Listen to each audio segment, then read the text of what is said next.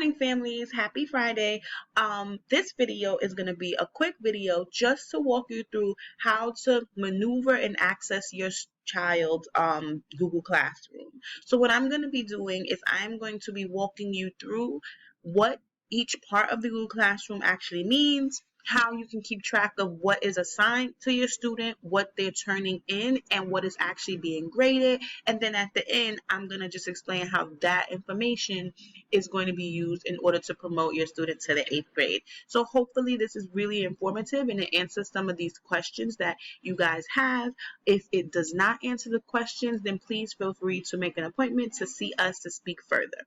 So what you see right here is the Google Classroom basic format. This is a fake student that we created in order to be able to see what the students see at all times. So your student has more of these icons here because they have more classes, but for this student we only have Math 701. So let's go into the classroom.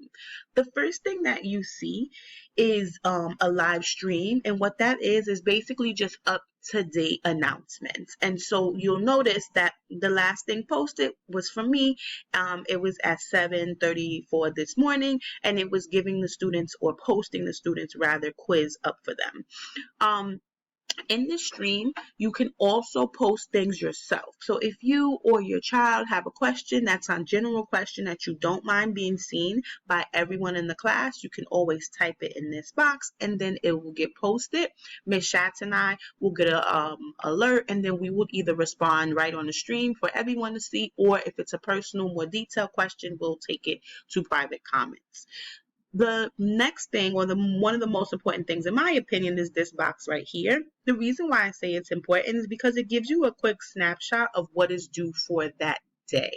So if you notice today they have a quiz that is due, if you were to click on this, it would take you right to the assignment. Now on the top, if you click classwork, this is really like the focus, and this is really the most important part. Now the first thing I want to show you is this area over here.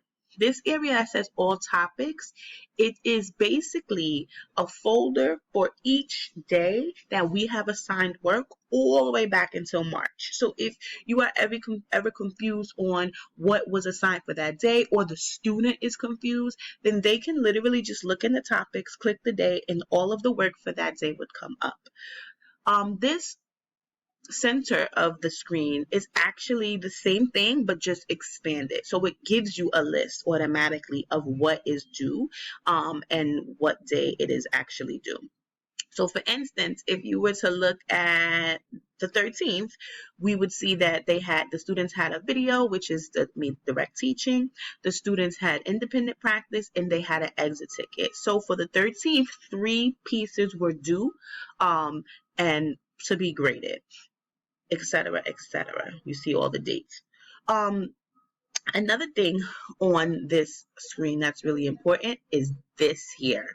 This button actually will tell you specifically your student's portfolio, I would say. So you will have your student's name here. It gives you their current overall grade, and this is based on what they've turned in and what has been graded.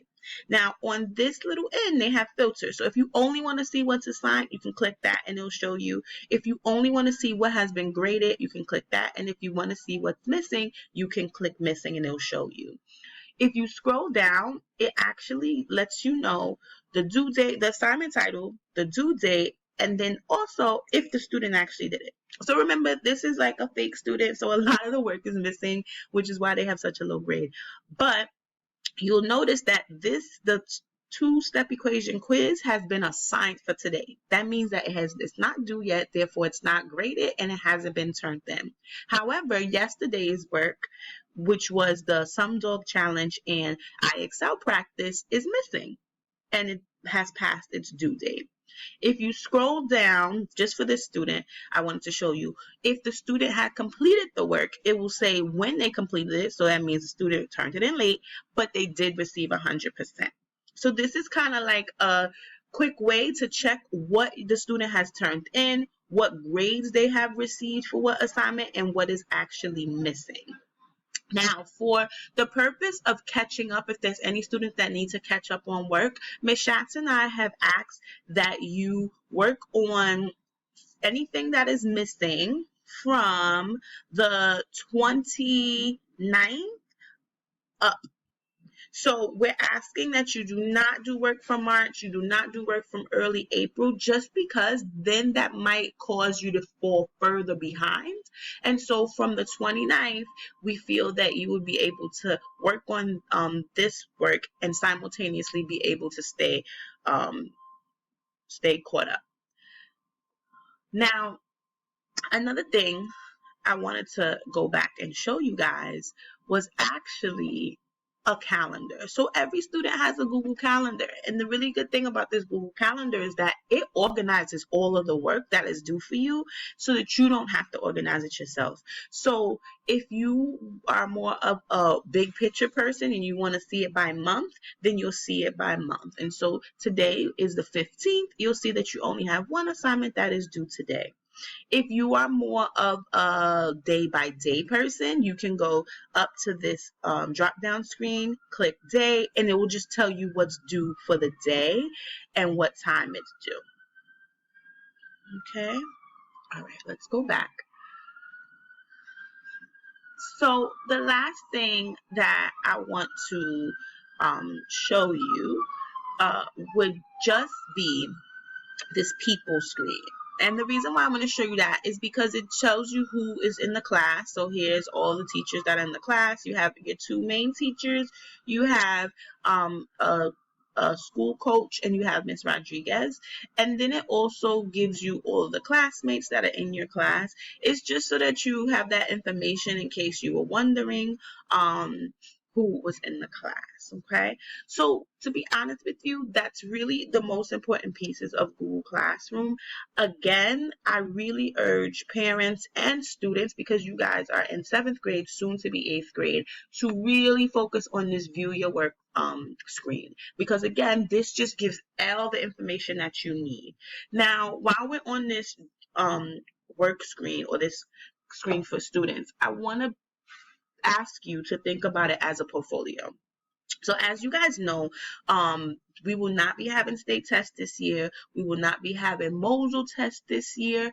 And so the proof, for lack of a better word, that your child is ready for 8th grade and is ready to be promoted is really right here. This is really what proves that your child is ready.